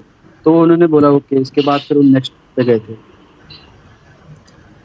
ठीक है, यहाँ तक की बहुत क्लियरली समझ आ गई। अच्छा, ये भाई ने जो बात बोली है ये बहुत जरूरी होता है भाई। कोई बात हमें तो आफ्का में सीखने को मिली थी, हम आपको हम सीक्रेट निकाल देते हैं। In the army the officers consider person जो अपनी कमियों को देख के सुधारने में शुरू कर दे। ये जरूरी नहीं है हाँ कि हम कितने खराब हैं या कितने अच्छे हैं, चाहे हमारी 95% हो तब भी हमें एक ऐसा आदमी चाहिए होगा उनको जो अपने आप को सुधारने को देखता हो दोबारा झांक के, राइट। बिल्कुल। अब भाई की 65% की उन्होंने कहानी बता दी, ठीक है, CIQ में बहुत कुछ हुआ, बट इनके केस में करंट अफेयर जो कि ये जुबानी रट के गए थे कि भैया ऐसे ऐसे करना है, फलाना चैनल देखा, ये वो वगैरह वगैरह, ठीक है, मैंने एडवाइस किया इंटरनेशनल रिलेशनशिप देखो, वो खैर TD में पार्ट थोड़ा बहुत महत्व पड़ा इनको, बट वो आया नहीं। कहानी घूमी हाँ तुम्हारे फैमिली पे, स्पेशली तुम्हारे भाई पे। What was the question exactly asked? हाँ, उन्होंने भैया पे मेरे क्वेश्चन पूछा था कि पहले उन्होंने फाइनेंशियली मुझे पूछा कि आप फाइनेंशियली कैसे यहाँ तक आए, आपको क्या दिक्कत आई। तो मैंने बताया कि मेरे पापा ड्राइवर है एक्चुअली, तो वो 14,000 रुपये अर्न करते थे। तो मैंने कभी ज़्यादा कुछ मांगा नहीं पापा से, जो दे देते दे देते थे खुद से, तो ना कभी बुक्स के वगैरह के लिए। बट यूँ बोले फिर तुमने जो आफ्पा में एडमिशन लिया वो कैसे लिया, हाँ वहाँ की तो फीस 20,000 है जैसे तुमने हाँ बताया। तो तब मैंने बताया, तब मैं भैया का नाम लेके आया कि मेरे भैया जब मैं रिटर्न क्लियर किया उससे पहले उनको जॉब मिल गई थी 1-2 महीने पहले। तो उन्होंने मेरा वहाँ का एक्सपेंडिचर देखा था इलाहाबाद का, और फिर इसके बाद SSB के लिए भी उन्होंने बोला कि कोई दिक्कत नहीं, पैसे मैं तेरे को कहीं से भी दूंगा, तू जहाँ जाना चाहता वहाँ जा। तो उन्होंने रजिस्ट्रेशन के फीस दिए, फिर बाद में 20,000 रुपये उन्होंने मेरे को दे दिए थे। बाद में बताया जब मैंने कर लिया वहाँ पे कोर्स, तब बताया मैंने कहीं से लेके दिया था वो भैया से। तो उन्होंने पूछा कि अभी तो तुम्हारे भैया ने दे दिया पैसा, तो बाद में मान लो तुम नहीं देख रहे हो उन्हें तो। और फिर मैंने ये बात बोल दी थी कि सर मेरी सैलरी सारी भैया की रहेगी, मुझे तो बस वहाँ फौज मुझे खाना पीना दे देगी, घर आऊँगा फिर भी रह लूँगा। बोले ऐसा नहीं होता, वो आपके पैसों का गलत इस्तेमाल करेंगे, आपको सारा पैसा तो अपने अकाउंट में डाल देंगे। सिचुएशन रिवर्स कर दी, मतलब अभी तुमने पैसा लिया, पैसा तुम्हारे भैया तुमसे ले रहे हैं और गलत इस्तेमाल हाँ, कर रहे हैं। गलत इस्तेमाल कर रहे हैं, तो हाँ तुम क्या करोगे। हाँ तो इस टाइम पे मैंने बोला सर ऐसा करेंगे नहीं, वो हमारे बीच में ऐसी बॉन्डिंग है कि ऐसा हो ही नहीं सकता, और अगर ऐसा करेंगे भी तो मुझे पैसों की कोई जरूरत नहीं है, मुझे सब फौज दे देगी। बोले ऐसा नहीं होता, तुम्हें भी तो आने के बाद कोई घर वर चाहिए, तुम्हारे बीवी बच्चे रहेंगे, तुम क्या करोगे। ये चीज़ उन्होंने इतना पार्ट हिंदी में बोला, तुम्हारे बीवी बच्चे रहेंगे तुम क्या करोगे। तो मैंने बोला कि कोई दिक्कत नहीं है भाई, मेरी एक आर्मी आप क्यों जॉब चूज करते हो, सिक्योर जॉब होती है ये। तो एक मोमेंट ऐसा आएगा कि अगर भैया ने ऐसा कर भी दिया तो सिक्योर जॉब है, मैं पैसा तो मेरा आता ही रहेगा हर महीने, तो मैं उस टाइम से अपनी चीज़ें बिल्डअप कर लूँगा, उनको कर लेने दो। बट ऐसा होगा नहीं सर। तो उन्होंने बोला आप इतने कॉन्फिडेंस हो अपने भैया के ऊपर। मैंने बोला बिल्कुल भैया, बिल्कुल सर, मैं अपने भैया के ऊपर बहुत ज़्यादा कॉन्फिडेंस हूँ, ऐसा कभी नहीं होने वाला कि हमारे बीच में अगर खटपट भी हो जाती है तो ये पैसे वैसे की तो कोई दिक्कत नहीं है, क्योंकि उनका नेचर ही ऐसा है। तो उन्होंने बोला ओके, मतलब लड़ाई लगाने की कोशिश कर रहे थे बहुत ज़्यादा सर। बहुत ज्यादा, मतलब थोड़ा स्ट्रेस में डालने की पूरी कोशिश थी। बट ये स्ट्रेस की कहानी समझाओ जरा, तो ना आफा में समझी होगी, ये स्ट्रेस डाला जाता है। हाँ हाँ हाँ you heard about it from the SSB जब हाँ, कर्नल ये गोवर्धन बोले, क्लास में होंगे। वो बोला था उन्होंने कि अगर आपके 65% भी आ रहे हैं तब भी आपको स्ट्रेस में डाला जाएगा, 95 आ रहे हैं फिर भी स्ट्रेस में डाला जाएगा, तो कुछ भी कर लो आप स्ट्रेस में तो आओगे ही आओगे। तो इस चीज़ को काउंटर पार्ट आप कैसे कर सकते हो, सच बोल के। इतना बताया था उन्होंने कि सच बोलो, काउंटर पार्ट। इसीलिए मैं इंटरव्यू पार्ट के लिए बिल्कुल भी कभी नर्वस था ही नहीं, क्योंकि मुझे पता कि एक चीज़ और बताया था सर ने, गोवर्धन सर ने बताया था कि ऐसा मान के चलो कि वो तुम्हारे भैया, मतलब कोई दोस्त है तुम्हारा इंटरव्यूइंग ऑफिसर, वो सब जानता है तुम्हारे बारे में, तुम उससे कुछ झूठ नहीं बोल सकते। और ऐसा लेके चलो, बस उससे तुम्हें पोलाइटली बात करनी है, बस इतना ही सर ने बताया। तो वो चीज़ काम करती ये है। बात सही है। अच्छा, अब तुम लोग जहां तक है गलत मिसकैलकुलेट कर दोगे। सच बोलने का मतलब ये नहीं है कि कुछ भी ऊट-पटांग कर दो। अगर भाई के बारे में ध्यान से देखो, भाई ने अपने आप को इम्प्रूव किया है। He was not that kind of, मतलब वो इंसान नहीं है जो लेजी था, जो कबड्डी खेल रहा है, जो फोकस नहीं कर रहा है, ठीक है। ये इंसान अब बदला, तब वो बदला हुआ सच बता रहा है, तो बदला हुआ सच अच्छा दिख रहा है, इसलिए वो उनको भी अच्छा लग रहा है। बिल्कुल, ये चीज़ बताई थी कि आप उन्हें पास्ट से कोई मतलब नहीं है, वो अब ले रहे हैं ना आपको, अब जैसे हो वो चाहिए। हर चीज़ का इम्प्रोवाइज्ड वर्जन होता है, अगर आप इम्प्रोवाइज्ड वर्जन हो तो आपको वो ले लेंगे, नहीं तो फिर आप पहले की तरह हो तो कोई दिक्कत नहीं। बिल्कुल, तो गड़बड़ थी तब तो। शुभेंदु भैया अभी भी वापस गए होते, एंकर होते। तो TS एंट्री वाले या NCC एंट्री, डायरेक्ट एंट्री वाले इस बात को ध्यान रखें, फ्री के SSB में रिजेक्शन का सबसे बड़ा कारण यही होता है। यही कारण नहीं होता कि ज्यादा बच्चे आ गए, कारण ये है कि तुम बदले नहीं। चलिए, यहाँ तक की कहानी हो गई। नहीं तो हमारे साथ हाँ, भैया, हमारे साथ दो बच्चे, एक IIT मुंबई का था, एक IIT रोपड़ का था, उनके 99.99% थे एक बच्चे के, और एक के 98.4% थे। वो दोनों ही बाहर हो गए, कॉन्फ्रेंस आउट हो गए। क्या ले लोगे, 65 वाला ऑफिसर बैठा है। That's awesome, that's awesome, that's the life. Okay, खैर तो तुम्हें पता लगेगा, तुम अगर कभी आफपा जाओगे तो तुम्हें इस बात का काफी ज्यादा अंदाजा होगा कि क्या एक्चुअल में होता है। ठीक है, चलो यहाँ तक की कहानी हो गई, बट यहाँ से हम आगे बढ़े तो कहानी में अभी साइक भी बचा है, जीटीओ भी बचा है। ठीक है, अब हमारे पास आफपा में 2 टीचर होते हैं, एक तो कमांडर नटराजन सर। ठीक है, कमांडर नटराजन सर के मुंह में कुछ ना कुछ होता है, या तो इलायची होती है, कुछ होती है, इलायची के साथ वो तुम्हें डांट फटकार होती रहती है। बट वो तो फर्स्ट है, हमें लग रहा होता है कि यार ऑफिसर बड़ा अच्छा है, हमें सिखा रहा है। पर जब सेकंड 7 डेज हो चुके होते हैं तब आते हैं कर्नल हसबनीस सर, तब लगती है डंडे। ठीक है, जबकि नटराजन सर में कुछ बता चुके हैं बट फिर भी हमें डंडे पड़ते हैं।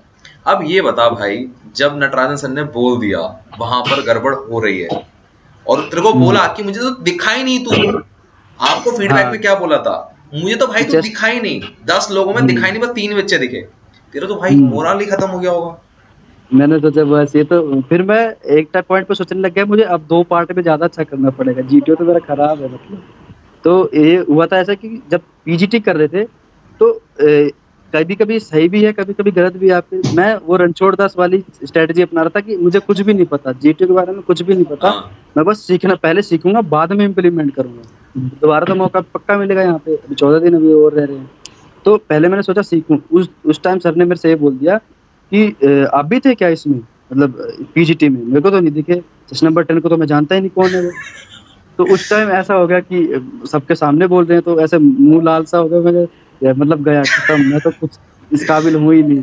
अच्छा, तो पहली वाली जो अब एसएसबी आने वाली होती है ना, वो फेलियर की तरह दिखने लगती है, फेलियर की तरह दिखने लगती है। ये तो है। अच्छा, इन लोगों को थोड़ा ग्लिम्स दे दूं, होता क्या है आफपा में ना, 7 डेज को हाफ पार्ट में डिवाइड कर दिया होता है। पहले 7 डेज में जैसे एसएसबी होती है एक्चुअल वैसी होती है, बस तुम्हें निकाला नहीं जाता, तुम्हें गलतियां बताई जाती हैं। फिर अगेन 7 डेज में दोबारा एसएसबी होती है, जिससे तुम्हें हर स्टेज में तुम्हें ऐसा लगता है, वो कहा था ना शुरुआत में कि पहले दिन भी इंप्रूवमेंट लगा और 15 दिन भी इंप्रूवमेंट लगा, वो यही होता है कि 2 बार एसएसबी हो रही होती है और हर बार हमें इंप्रूवमेंट बताया जाता है कि हम कहाँ जा रहे हैं गलत। ठीक, यहां तक हो गई ये बात। ठीक, बट यार कर्नल हसबनीस के केस में जब तुम पहुंचे होगे तो तुम अटक गए होगे। हाँ बिल्कुल, जैसा आपके बताया ना, हमारा ग्रुप थोड़ा डोमिनेटिंग था। हाँ, बहुत डोमिनेटिंग तो, था। तो 3-4 बच्चे हमेशा आगे चले जाते थे उसमें पीजीटी के टाइम पे भी। तो हम पीछे लोड उठाने वाले थे, सही बताओ तो लोड उठा के जाते थे। तो सर, लेकिन हसनबी सर का अच्छा पार्ट है कि वो अगर आपको उनको दिख रहा है कि 2-3 बच्चे अच्छा कर रहे हैं बट पीछे वाले नहीं दे रहे आइडिया, तो इंडिविजुअली बुलाते थे उनको, तुम क्या करते इसमें होते, तो तुम्हारे पास कोई आइडिया नहीं है, तुम बताओ क्या करते। तो उन्होंने मुझे बुलाया था, तो जैसे उन्होंने बुलाया तो मैंने तुरंत कैंटिलीवर बना दिया, जैसे एक ही झटके में जाते ही।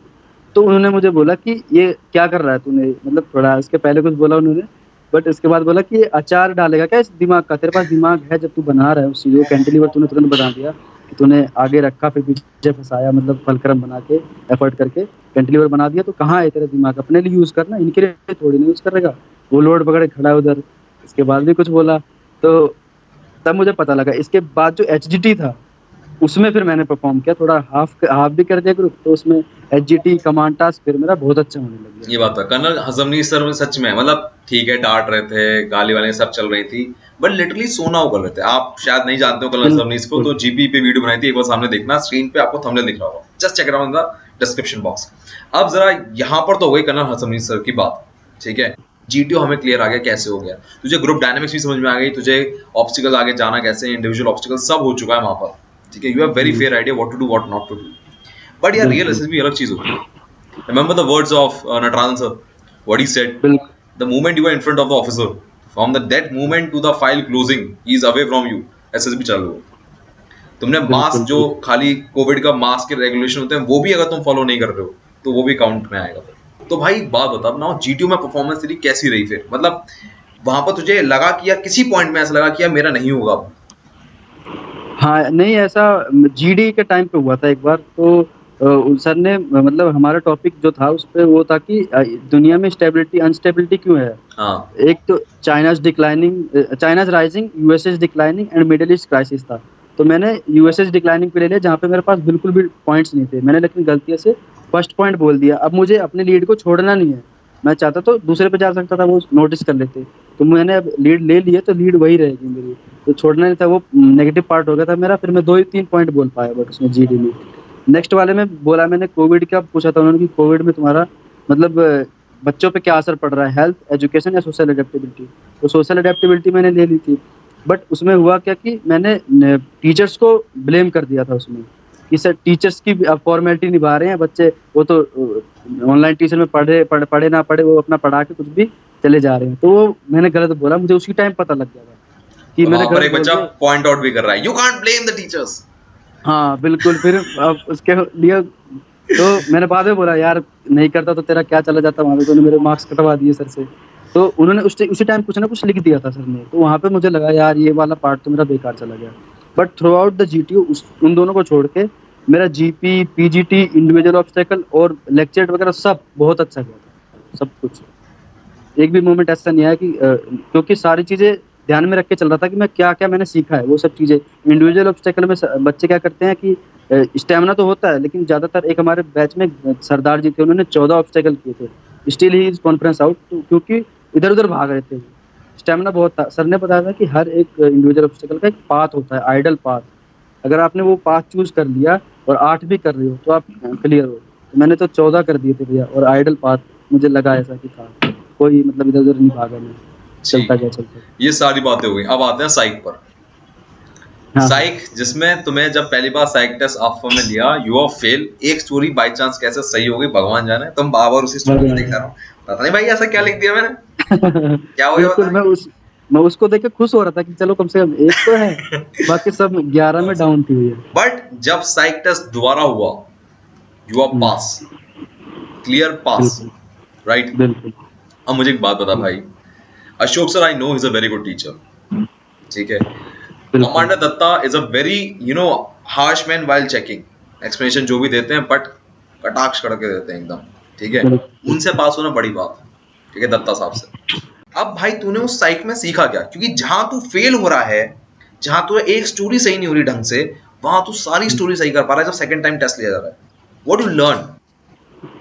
मैंने लर्न ये किया कि पहले मैं क्या करता था कि बिल्कुल लो लेवल की स्टोरी ये होती है कि जो डेली रूटीन पे होती है। आप जैसे कोई पिक्चर देख रहे हो, तो आप उस पे डेली रूटीन की बनाओगे, आप कन्फाइंड हो जाते हो एक चीज़ों को लेके, क्योंकि आप ज़्यादा एक्सप्लोर, इमेजिनेशन आपकी लेवल लो दिखने लग जाती है कि आप जैसे कोई पिक्चर देखी, आपने बच्चा बैठा हुआ है, तो आप ये बना रहे हो कि वो प्रिपेयर कर रहा है एग्ज़ाम के लिए, उसने एनडीए क्वालीफाई किया and then he got Param Vir Chakra at the end of the, Datta sir जैसा कहते थे।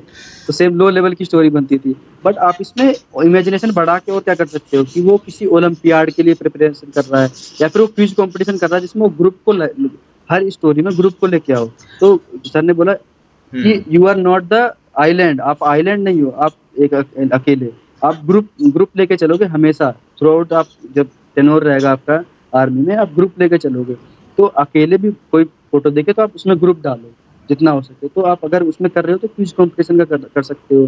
क्विज कंपटीशन कर रहा है वो, और उसने अपने दोस्तों को भी बताया, क्वेश्चन शेयर किए और उनको अपनी स्ट्रेटजी बताई, और फिर उनका ग्रुप जो है जीत गया क्विज कंपटीशन। ये तो ग्रुप डायनामिक्स वाली बात होगी। अब इनको क्या लग रहा है, कॉपी पेस्ट ग्रुप डायनामिक्स वाला तो हर हमेशा स्टोरी सही होगी। अशोक सर ने एक बात बोली थी, critical point, find out the critical point and you will make a right story always and every time. Observation का खेल बोला था सर ने। अभी हमारे व्यूअर्स एक फोटो देख पा रहे हैं, आग लगी हुई है वहां पर। You have just seen the picture, और ये पिक्चर हमें आफ्पा में दिखाई थी, आई एम श्योर आपको याद होगा, ठीक है। जब आफ्पा में पिक्चर दिखाई थी, सबने कहा था कि ये आग या तो घर में लगी है या कहीं एक पर्टिकुलर जगह, जैसे इंडस्ट्री बोला था। बट जब सर ने हमें प्रिसाइसली बताया था, तो हमें कुछ चीजें बताई थी क्रिटिकली ऑब्जर्व करने के लिए। तुम जरा एक्सप्लेन करोगे क्या था वो इसमें? उसमें स्टार्टिंग में ये था कि अगर लो लेवल स्टोरी जैसे पहले मैंने बनाई थी, अगर उस हिसाब से करें, तो आप पहले बाहर से कोई आ रहा है, वो देख रहा है कि आग लगी हुई है, उसने क्या किया, पानी वानी डाल दिया। नॉर्मल फायर ब्रिगेड को तो सभी कॉल कर देते हैं पहले ही आग दिखी तो, लेकिन वो क्रिटिकल पॉइंट नहीं देख रहे, वो नीचे कुछ गिरा हुआ है पार्ट उसका, और इंडस्ट्री टाइप को दिख रही है इजीली सबको। बट आप अगर बाद में वाले जो सर ने बताया था, जब मैंने पर्सनल मतलब इंडिविजुअल उनसे काउंसलिंग की थी, उसमें उन्होंने बताया था कि इसी स्टोरी को तुम कैसे बना सकते थे कि ऑपरेशनल बनाओ, कि तुरंत तुरंत काम कर रहे हो उस चीज़ में रह के, इंडस्ट्री बाहर से मत आओ, आप इंडस्ट्री के अंदर रहो आप। अगर तो फिर आप वहाँ से एक्शन कर सकते हो कि स्विच जैसे स्विच जल गया तो वहाँ से आपकी जो है आग लग गई। बिल्कुल। बट क्रिटिकल पार्ट पे आते हैं। सर ने कहा कि इंडस्ट्री है और यहाँ पर शायद कोई ब्लास्ट हुआ है। हाँ, ये क्रिटिकल पार्ट कैसे पकड़ा सर ने, ये बताओ जरा। ये ब्लास्ट ऐसे हुआ क्योंकि ऐसे नॉर्मली आग तो लग नहीं सकती किसी भी घर में, हाँ। गैस वैस फट जाए। तो उन्होंने बोला कि आग लगने का पहले वो ढूंढो कि कहाँ से लग स्टार्टिंग पॉइंट क्या होना चाहिए हर चीज़ का, कि कैसे कैसे आग लग सकती है। अगर वो पता लग गया, eight the end of the day आपको आग तो बुझानी है, उसके लिए एक्शन आप ढूंढ ही लोगे। तो पहला पॉइंट चूज करो कि आपने किया क्या। तो ये बताया था उन्होंने कि तो पहले उन्होंने आप वहां पर क्रिटिकल। कांच के शीशे भी, आई थिंक यहाँ पर टुकड़े पड़े हुए, आपने जैसा भी हाईलाइट बोला भी था बीच में, कांच के शीशे हाँ के हाँ टुकड़े हुए हैं, तो वहां से बाहर से मतलब अंदर की तरफ से ब्लास्ट हुआ है, तब जमीन पे आके कुछ गिरा है। तब जमीन पे गिरा है, बिल्कुल ठीक है। बिल्कुल। तो अगर ब्लास्ट हुआ है तभी वो इतने सारे चीजें गिर रही हैं। तो आप ये सोचो कि ब्लास्ट कहाँ कहाँ से हो सकता है, और क्या कारण हो इससे सकता है ब्लास्ट का? क्या कारण हो सकता है। बिल्कुल बिल्कुल। वो इंडस्ट्री नहीं किस तो टाइप की हो सकती है? केमिकल इंडस्ट्री हो सकती है, मैन्युफैक्चरिंग हो सकती है, किस चीज की हो सकती है? हाँ बिल्कुल, वो आप कुछ भी बना सकते हो, क्योंकि ये टेक्सटाइल इंडस्ट्री तो होगी नहीं जहाँ पे कपड़े बन रहे हैं ऐसे कि आग हाँ, लग जाए। कपड़े ये जलेंगे तो चीजें ब्लास्ट होने का चांस ही नहीं हुआ। बिल्कुल बिल्कुल, तो इसी वजह से उन्होंने बोला ये चीजें क्रिटिकली पॉइंट आपको तुरंत आइडिया दे देती हैं। अगर आप देखोगे कि ब्लास्ट हुआ पड़ा है, टुकड़े गिरे पड़े हैं उसके ग्लास को, तो आपको इजीली पता लग जाएगा केमिकल इंडस्ट्री है या फिर ऐसा कुछ उसमें दवाई वाई का चीजें चल रही है कि इस वजह से भी हो सकता है। तो उसमें बनाओ, फिर आप अपने आप को उसमें एक अंदर एम्प्लॉय बना सकते हो कि एम्प्लॉय ने क्या किया। सबसे पहले जो सबसे मेन चीजें क्या होती है हर कंपनी की, डॉक्यूमेंट्स होते हैं। तो डॉक्यूमेंट्स लेके आप पहले बाहर आए, इसके बाद आपने वहाँ पे कॉल किया जाते ही फायर ब्रिगेड को। इसके बाद आप फायर एक्सटिंग्विशर हर हर उसमें होता है, हर कंपनी में होता है, तो आप उसको यूज कर रहे हो। आप कैसे पार्टिसिपेट कर रहे हो ग्रुप को इकट्ठा करके कि एक साथ सबको बोल रहे हो कि चलो बुझाते हैं आग। ये चीजें ज्यादा जरूरी है, क्रिटिकल पार्ट ये हो गया। ये बात मुझे और सुधांशु को एकदम क्लियरली समझ में आ गई थी, भाई स्टोरी कोई भी बना लेगा, पर क्रिटिकल पार्ट को पकड़ना हर किसी के बस की बात नहीं है। बिल्कुल ये बिल्कुल। बात बहुत जरूरी है। अच्छा चल, यहाँ तक की कहानी हो गई, बट यहाँ पे जरा हम आगे लें कहानी। You get some knowledge of it, but what about the 12th picture? 12th picture में तो कोई ऑब्जर्वेशन है नहीं, हमें कुछ देखने को नहीं मिल हाँ रहा। हमें तो बहुत सारी मिथ्स भी दी। 12th पिक्चर पहली वाली स्टोरी से मिलती जुलती होनी चाहिए, खुद की लाइफ से होनी चाहिए, वगैरह वगैरह। क्या तुम्हारा क्या पर्सपेक्टिव, क्या सीखा तुमने? नहीं, 12th पिक्चर से ये सीखा था कि आप एट द मोमेंट तुरंत भी बना सकते हो।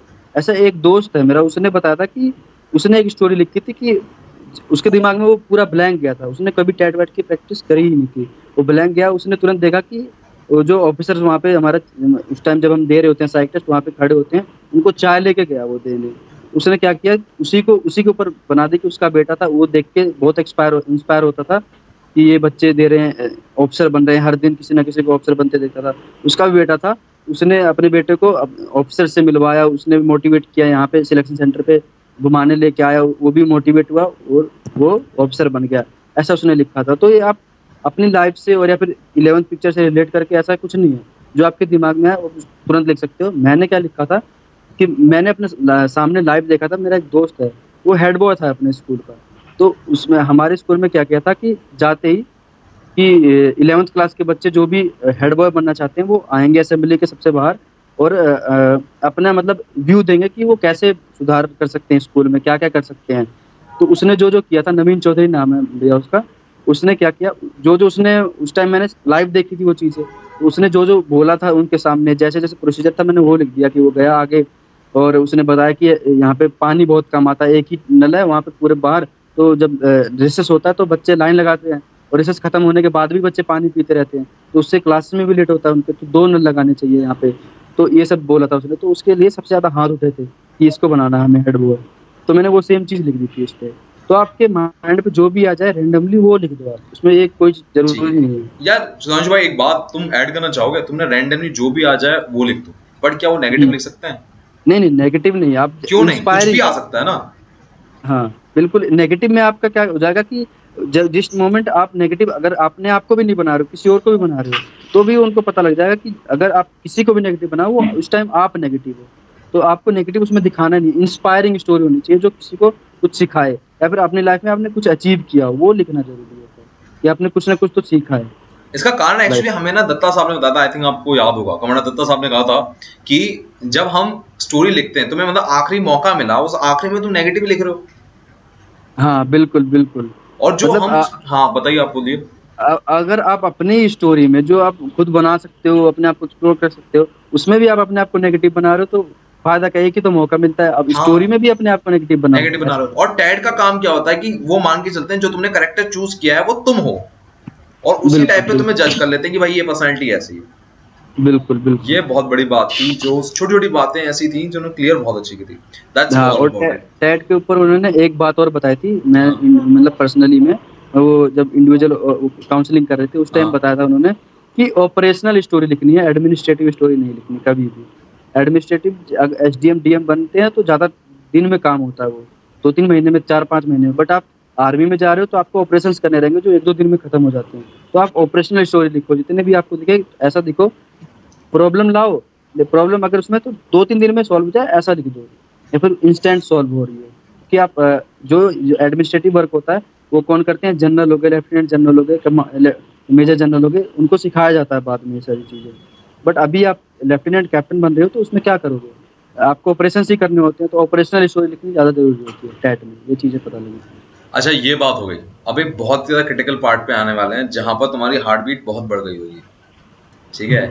इतनी हार्ट बीट बढ़ गई होगी कि साला ये तो अब जिंदगी मौत का सवाल है, तो क्या हो क्या रहा है। अच्छा, साहब बच्चन ने पंप भी कर दिया होगा, वो है था कॉन्फ्रेंस। कॉन्फ्रेंस हाँ में तुम्हें रोका भी बहुत लंबा, और हाँ कॉन्फ्रेंस चली भी बहुत लंबी। शायद इतनी बिल्कुल लंबी कॉन्फ्रेंस मैंने आज तक सुनी नहीं है, 1.5 घंटा, मतलब शायद 30 मिनट रोका है और 1 घंटा शायद बातचीत हुई है, राइट? ऐसा ही कुछ है ना? बिल्कुल ये इतनी लंबी कॉन्फ्रेंस का कारण क्या था? क्योंकि इसका कारण शायद जीटीओ ने बताया था जब तुम रिकमेंड हो गए थे, सब हो गया हाँ। प्रोसेस, सब उसके बाद पेपर वेपर मेडिकल की कहानी चली, तब बताया था। What happened actually? एक्चुअली हुआ क्या था, मेरा चेस्ट नंबर 3 था, 1 और 2 को तो इतनी जल्दी बुलाया, 2-2 मिनट में खत्म कर दिया, वेट भी नहीं करना पड़ रहा था उनको। बट मेरी बारी में क्या हुआ कि आधे घंटे या फिर 40 मिनट तक वो डिस्कस करते रहे। आवाज़ें थोड़ी बहुत आती है ना, वो जब मतलब आप डिस्कस कर रहे होते तो पता लग रहा था कि डिस्कस कर रहे हैं बाहर से। बट मैं बोर हो गया पीछे वाले की, फिर इसके बाद मेरे पैर कांपने लगे कि ये कर क्या रहे हैं। मतलब मैं डाउट केस तो पक्का हूँ, 40 मिनट तक लगातार मुझे बिठा के रखा हुआ है, और उसके बाद फिर मैं अंदर जाता हूँ तो इतने सारे क्वेश्चन एक ही साथ वो डिप्टी सर पूछने लग जाते हैं बैठने से पहले ही, कि स्टार्टिंग से फोकस के ऊपर, कि आते पहले बैठने के बाद में बोलते पहले क्वेश्चन ज़्यादा पहले पूछते हैं। तो मेरी सबसे इतनी लंबी कॉन्फ्रेंस चली थी कि सारे बच्चे कह रहे हैं, कि कोई बच्चे कह रहे हैं हो गया तेरा, तो इतनी लंबी कॉन्फ्रेंस किसकी चलती है, 2-2 मिनट 3-3 मिनट में सबको भगा रहे थे। मेरे को 1.5 घंटा मेरा ओवरऑल चला था, जिसका वो रोकने से लेके और कॉन्फ्रेंस तक का पार्ट। तो ये हुआ, ये क्या था, जब मैं रिकमेंड हो गया बाद में, तो उस टाइम जो ट्रेनी जीटीओ थे वो आए थे मेरे पास, उन्होंने खुद बोला chest number 3 come here, you really spoke well about the MS Dhoni, luckily you got that question, otherwise it would have been otherwise case. MS Dhoni इनके फेवरेट क्रिकेटर हैं और इनकी डेट ऑफ बर्थ भी वहीं पर मैच करती है। बट कहानी में जरा बात करते हैं। आपका कॉन्फ्रेंस वैसे हुआ था जैसे हम मैगजीन्स में या कहीं सुनते हैं ना, वो आते हैं 1-1 मिनट का शॉर्ट्स बनाते हैं, फिर वो बताते हैं सीढ़ियां गिननी है, ये बिल्कुल बताओ सामने तुमने क्या देखा, अंदर आने से पहले क्या देखा। बिल्कुल व्हाट हैपेंड एग्जैक्टली? बिल्कुल उसी तरह पूछा था। एक्चुअली हुआ क्या था कि जीटू सर ने भी मुझे थोड़ा सा हिंट दिया था। मैंने पूछा था सर कि मेरी कॉन्फ्रेंस इतनी लंबी क्यों चली, क्या दिक्कत थी सर, वहाँ पे आपने फेल किया था या फिर साइक टेस्ट ने फेल किया था। उन्होंने बोला कि you are good in GTO and psych but just focus, you have not focused, तो आपके पास फोकस नहीं है, जस्ट फोकस करो। तब मैंने जब अपने क्वेश्चंस रिलेट किए तब पता लगा कि उन्होंने, जैसे मैं एंटर किया, बैठा नहीं था, पहले गुड मॉर्निंग बोला, उतने पे उन्होंने बोला कि अभी जब जब moment you entered on the first day in the gate, तो आपने सबसे पहले क्या देखा आपने, किसकी मूर्ति थी।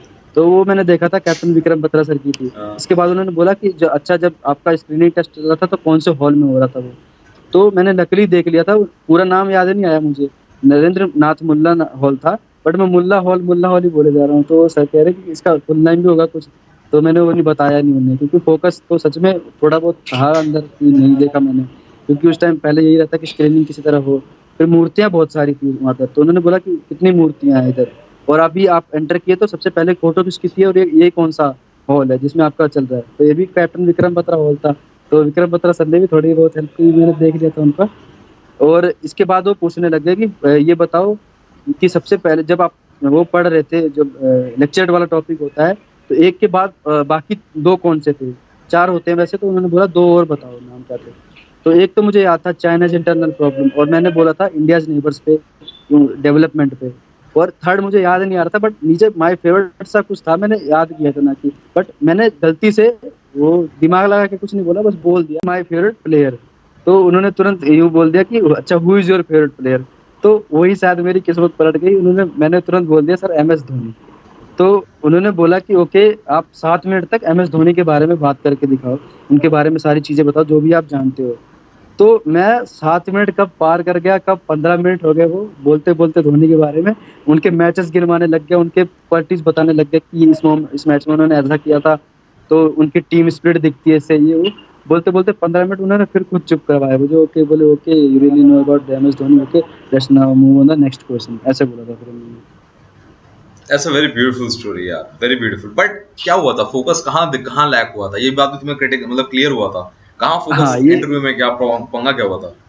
इंटरव्यू में पंगा ये हुआ था कि उन्होंने 2-3 बार वही मार्क्स के ऊपर जब पूछ रहे थे, तो उनको लगा कि पहले 10वीं में बच्चे के 83% हैं, फिर बाद में 18% ला करके 65% पे आ जाते हैं। फिर ये इग्नू में एडमिशन ले लेता है।